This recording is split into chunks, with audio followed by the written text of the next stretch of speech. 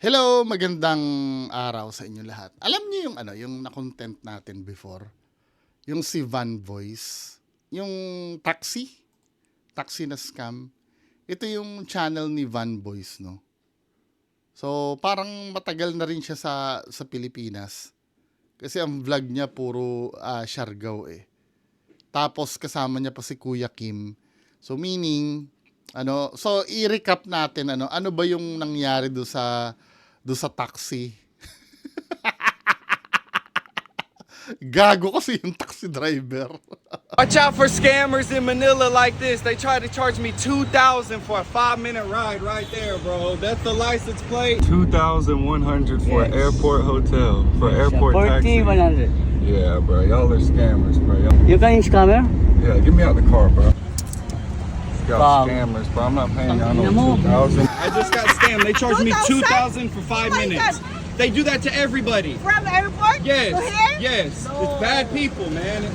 I love this country. I'm gonna show y'all the truth from the not the truth, bro. Don't trust those airport scams. I did not pay them. I gave them 150 pesos and told them kick rocks, bro. What? Thank you. Thank Yes. you. 2,000 for 5 minutes from the airport. 5 minutes na? 5 minutes. Dinoko ka. Scam. Talaga namang scam yun. At matagal ng modus yan, di ba?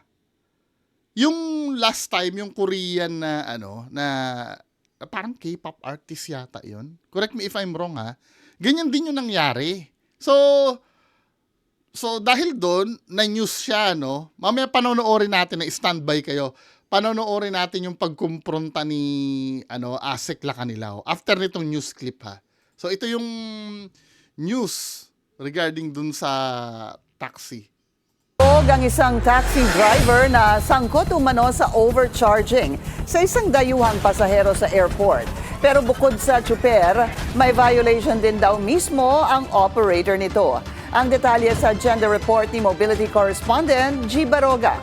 For scammers in Manila like this, they tried to charge me $2,000 for a 5-minute ride. Viral ang Facebook post ng isang foreigner vlogger na biktima ng umano'y scammer na taxi driver. Base sa post ng Van Boy sa Facebook, siningil umano siya ng 2,100 pesos mula sa airport papunta sa kanyang destinasyon na aabot lamang daw ng 5 minuto. Agad na nakatunog ang vlogger at ayon sa kanya, 150 pesos lamang ang binigay niya. Pati ang mga tendera sa video, kumbinsidong scam ang nangyari. Sa isang Viber message, kinumpirma ni LTFRB Chairman Vigor Mendoza sa BNC Mobility na nahuli na ang driver at operator ng taxi. Napatawan na rin daw ang mga ito ng suspensyon. Sa investigasyon naman ng LTO, lumabas na paso na ang rehistro ng taxi unit at may administrative cases din laban sa driver. Lumabas din na may mga paglabag ang operator nitong Cholo Transport Corporation. Sa isang pahayag, sinabi ni LTO Chief Marcos Lacanilao na bukod sa panlilinlang sa pasahero, paglapastangan din daw ito sa publiko at mass transportation. Patuloy naman ang Pinahiya ang buong Pilipinas. Na parang iisipin, ang daming scammer dito, which is totoo naman. Pero nakakahiya yun. Lalo na pag foreigner, ang iba kasi ang dating pag foreigner ang ang nakahuli kasi yan magkikwento yan sa labas ng Pilipinas. Paghikayat ng LTO na i-report ang similar incidents para agad maaksyonan. Para sa agenda, G. Baroga. So ito yung mismong video. Ito yung video nung kinukumpronta ni Asek Lacanilao, yung taxi driver. Panoorin muna natin ng buo ha. Hindi po sir, nasa halata ka sa hindi mo alam ano nakasagay yung tao. Kasi sir, ano po, sila nanok silang tinatry. Dalawa silang kasama. Ako po sila minito, ako kasi naman sa sir. Tinarap po nila ako. Dalawa daw magkasama yung dalawa daw magkasama. So, meaning hindi siya kasama. Kasama nung foreigner, yung matanda na naniningil. Wait lang ha, ulitin natin. Panoorin muna natin ang buo bago ko re-reactan yung mga sinabi. Hindi po sir, nasa halata ka sa hindi mo alam ano nakasagay yung tao. Kasi sir, ano po, sila nanok silang tinatry. Dalawa sila kasama. Ako po sila umigot po ako kasi normal sir po, sir. Tinarap po nila ako. Parang nila sa akin, sir. Sabi ko, saan po kayo? Sabi, San Lorenzo. Metro ba yan? Metro po. Dito po yung metro. Tapos pagdating po ng sir, ng mission namin, sinisingil na po siya ng itong sama niya. Ganun, tapos nabigay po siya ng 150 at sandal at sikla tabi. Di ko nila na sir eh. Imposible. Ito, sir. Wag mo ko pinagluloko Ito po sir. Nagawa mo kami pangay. At Ito, yun, sir. mag-hold up kayo. Kaya hindi po Alam mo, hindi nga ayusin nyo yung mga taxi nyo ganito. Kung hindi nyo kaya ayusin ang taxi nyo, nanloloko kayo, uubusin ko lahat ng taxi nyo. Tama ka eh. Hindi po sir. Tanga-tanga lang, takot na sasabihin, hindi mo alam paano nakasagay yung tao. Kasi sir, ano po? So, naniniwala kayo sa katwiran niya. Huling-huli na nga eh. Bilang nyo, magandang nagsingin siya ng ganong kalaki sa foreigner. Pero mahirap na hirap ang gobyerno, ayusin natin itong natin para mga turista. Tapos ito manloloko. Kaya nga sir po, sinurrender namin yung driver po. At kahapon pa po namin siya kino-ordinate na pumunta ng At garahe. ang galang natin tatandaan mo yan. Kinirelease ang taxi ninyo kung ang dati nyo alam ninyong maraming huli. Hindi pa po namin nagpunta na po kami sa MMDA, nakipag-coordinate na po kami. Sasakit na po namin. Actually po okay na Hindi po. nga ho, bakit po ninyo nirelease yung taxi Oo nga, ba't yung nirelease? Isasubmit nyo pa lang yung yung papeles. ninyo na alam nyong maraming Hindi huli? po namin alam na may huli. Hindi imposible ho, Imposible. Huwag niyo kami pinaglululoko, Oo nga. Pag po nalaman ko, napatunayan ko, na may kapabayaan din po kayo, huhulihin ko po lahat ng taxi niyo. Yung Nagsusuporta kayo ng mga ganitong tao Sir, eh. po sumusuporta. Kaya po, Saan kayo nakakita? Ito, harap-harapan ng lolo ko. sir, kaya po sinurrender Imbis po namin. na magsabi ka ng totoo, nakikipaglabak ka pa. Ngayon, tingnan natin ngayon ang mangyayari sa'yo. Sir, ito lang sa ko lang sir. Dalang po sa ko sir, hindi mo musulman. Hindi, sinungaling ka. Paano saan ka nakakita? Ikaw, ma'am, ilang years na kayong taxi operator? Actually po ako po yung employee po ako na. Ilang years na kayong employee? After po sa po. Maniniwala kang biglang may sumakay na isang na kasama niya? Hindi ho nyo kayang kontrolin yung mga driver ninyo. Tumigil kayo sa paghanap buhay ng taxi. Nakipag-coordinate po Kahit ganyan, kami. kung hindi po kami naglabas ng show cause order kagabi, hindi naman kayo makikipag-coordinate eh. Ba't ako huli na kayo ngayon? Pag sisinungaling ka sa akin, sasabihin mo registered kayo? Dala ko po yung certification din po sa Ay, ano ito certification namin? Kami na LTO.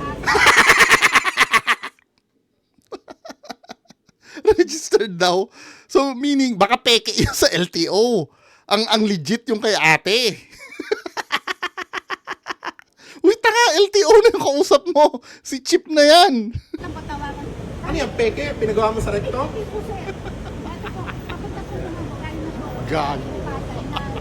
Abusado kayo eh. Papaimbestiga ko lahat ng taxi ninyo. Nagluloko ka? Ako pa lolokohin mo? Hindi ako bastos sa babae pero harap-harapan niloloko mo ako. Oy, ano ito? Ano tong system namin? O pareho chinek namin unregistered kayo ah. Hindi na, dali na lang. Dali ngayon. Baka hindi legit yung sa system ng LTO, yung sa system nila yung legit. Pinagluloko niyo ako eh. Scammer kayo eh. Pero dapat sa'yo kinukulong ka eh. Oo, tama. Para masampulan yan. Alam mo hindi ka namin mahuhuli? Kapal ng mukha mo, ipapahiya mo yung gobyerno dahil sa kataragtaduhan mo. Pareho kong na-check sa system, sasabihin mong huwag mo kong pinaglululoko bakit ikaw nagpipixel-pixel dyan? Punta ka ngayon dito. Lah. Ano, hindi ka pupunta dito? Gusto mo ako pumunta sa'yo? Pupunta ka dito o hindi? Sino yung kausap niya na yon? Yung mismong operator? Wala. Hindi kasi ganito, pambobo naman kasi ang dahilan ni Kuya talaga. Ang sabi ni Kuya kasi, nung pinara yung taxi niya, parehas daw sumakay sa kanya. Kasi unang-una, ang iisipin ko, alam ni foreigner kung anong sistema. Hindi mo siguro bobo yun. Alam niya yung sistema ng taxi eh. Alam niya, pag hinire mo yung taxi, pag hinire niya yung taxi, siya lang dapat na nakasakay doon. Maliban na lang kung sumakay siya doon na may kasama na nakaupo na doon sa harap. No? Kung magkasama sila ng foreigner, dapat tabi sila sa loob, sa likod. Okay, sige, granting, no? Granting na, kasi ang dahilan niya, kasama daw ng foreigner yung yung isang lalaki. Ito ulitin natin ha. Sabi ni Kuya, kasama daw ni foreigner to. Hindi niya daw kilala, no? For scammers in Manila like this, they try to charge me $2,000 for a 5-minute ride right there, bro. That's the license plate. 2,100 for airport hotel, for airport taxi. 40, 100. Yeah, bro. Kung magkasama sila, habang sinisingil ni ni Kuya yon, dapat pumalag ka na. Oy, I'm not I'm not kasali. I'm not kasali. Yung pamasahe lang sa akin ay nasa metro lang ha. I'm not kasali. Kasi alam mong may nangyayaring scamming na dyan sa loob ng taxi mo eh. Hindi ka pumalag, madadamay ka dyan talaga. Dahil hindi ka pumapalag eh. Y'all are scammers, bro. You can scammer? Yeah, get me out the car, bro. Oh. Pangalawa, Y'all scammers, bro. I'm not paying y'all no 2,000. I just got pangalawa, nagbayad na siya ng di ba? Nagbayad na siya ng pera. Kung ikaw ay alam mong pasahero yon, dapat di ka papayag na dun binayad sa tabi. Dapat sa'yo babayaran. At bakit magkasama kayo? scam. They charged me $2,000 for 5 minutes. Bakit magkasama kayo umalis? They do that. I love the truth. Gave them Scammers, bro. I'm not paying. 5-minute ride right there, Tama. bro. Bakit magkasama kayong umalis niyan? Kung kung hindi mo kakilala yan. $1,000 for a 5-minute ride right there, bro. Kasi ako, to be fair naman, open naman ako. Baka naman kasi ganun yung ganun yung nangyari. Na sabay sumakay nga naman, hindi naman natin kasi talaga alam. Pero maraming maraming nangyayari na sa loob ng taxi mo na wala kang wala kang pakialam eh. Parang hinahayaan mo magsalita yung katabi mo. Tsaka, Diyos ko, ang tagal mo na sa Pilipinas, nakakaramdam ka na, yung katabi mo, scam yan. Yung katabi mo. Di ba? Ang pinag-uusapan lang dito yung pamasahe eh. Hindi naman yung service na mula sa papuntang hotel at siya yung mag-aasikaso ng hotel. Walang ganun eh. Talagang service lang sa taxi mo yung pinag-uusapan. Para sabihin mo na hindi mo kilala yung ka-bullshitan talaga yun. Kahit na saan tayo makapunta. Hindi kayo, naniniwala kayo doon sa sinasabi ni Kuya na hindi niya daw kilala? Ang feeling ko dito, That's the license plate. 2,100 for airport hotel, for airport 40, taxi. 100. Yeah, 40, 100. bro. Y'all are scammers. Tawa, sinabihan ka na ng scammer harap-harapan, hindi ka pumalag. Ano ka, bingi? Tapos nung kinakausap ka nila kanilaw, tanggi ka ng tanggi. Pero nung time na ginaganyan ka sa loob ng taxi mo, hindi ka pumapalag. Na sinabihan kayong scammers kayo, tinututok sa'yo yung camera. Ano ba? Ginagago mo naman kami. Bro, You can scammer? yeah, get me out the car, bro. May pa-video-video pa si Manong. Akala mo may magagawa siya doon sa video niya, no? Magreklamo ka sa pulis, lalo kayo malilintikan. Y'all scammers, bro. I'm not paying y'all Tangina mo. no 2,000. Diyos ko, tapos palabas na, walang palag, hindi mo man lang siningil yung bababa na yan. Na, yung metro mo, come on. Ginagawa tayong tanga ng kapwa natin Pinoy eh. Dapat hulihin to eh. Or ikulong, katulad doon sinabi ni, kung magfa-file lang ng kaso yung So ito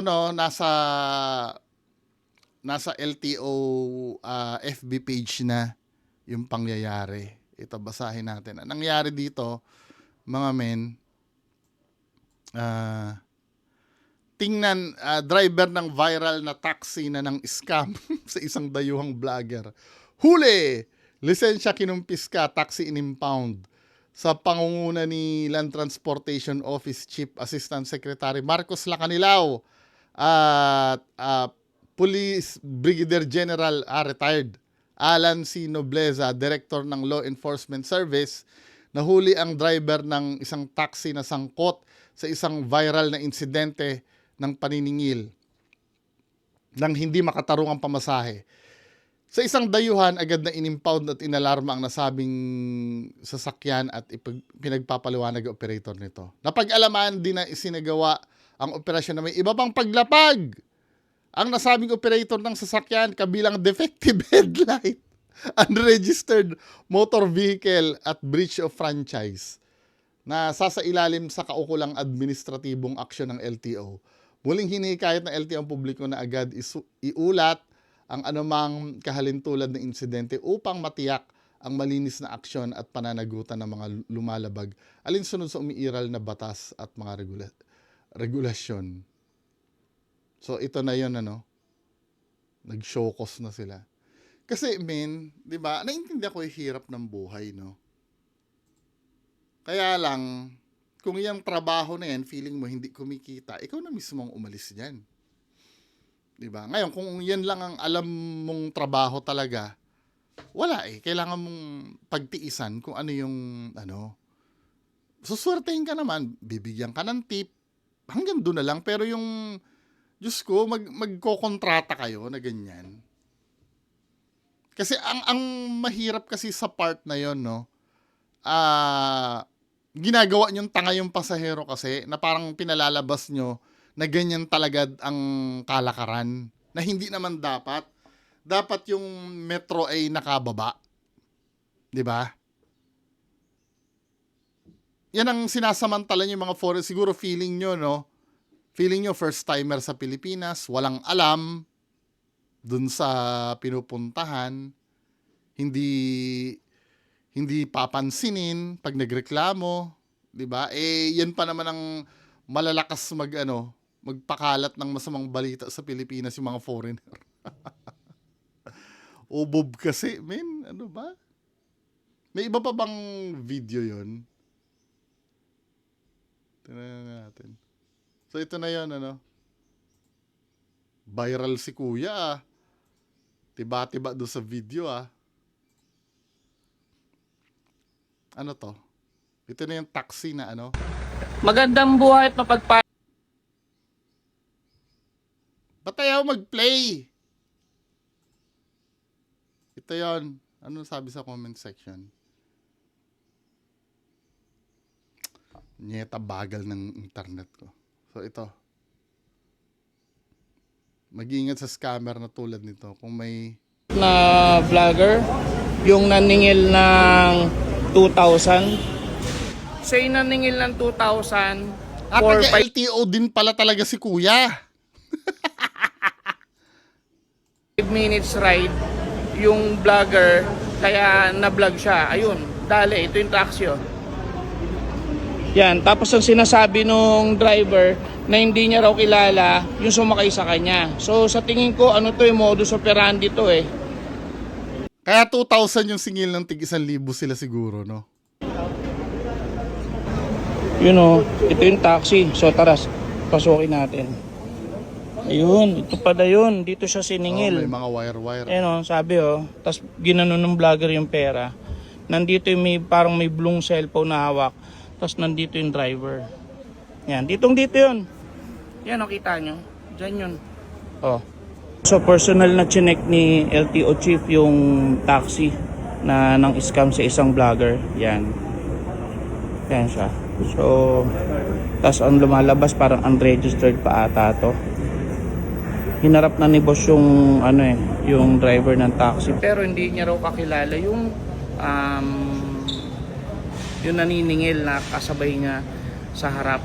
So hindi natin alam kung picture yun o barker. Dapat hindi nila pinapasakay kasi yun, number 1 pa yun, Dapat hindi pinapasakay. Yung si boss, Kaya galit na galit si boss kasi nanloloko ng tao.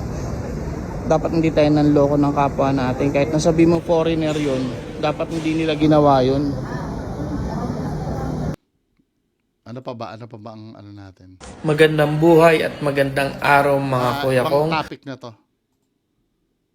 Kung kayo magpatugtog, ano yan? Sasabihin ninyo, nagbabiyahe lang kayo. Grabe kayo, alas 7 ng umaga, saan ka naman nakakita? Payanigin mo ng ganong Magandang buhay at mapagpalang araw po sa Ano lahat sounds? mga kuya kong. So nandito Jeep. tayo ngayon sa may gate ng LTO kasi meron tayong abangan. Kasi habang papasok daw sila boss, sila Asek, Marcos Lacanilaw, meron daw silang nahuli o na-apprehend. So abangan natin, tignan natin kung ano yung na-apprehend nila. Let's go! Yung jeep. Sobra na. Alas 7 ng umaga. Yan si boss. Siya pa naman. Siya yung mismo naka-apprehend yan. Yan si Asek. Kasunod niya daw yan habang bumabiyahe. Well, malas mo boy, LTO chip yung. Anyway, so yan lang muna pag-uusapan natin ngayon. Magandang araw sa inyo lahat. Bye-bye.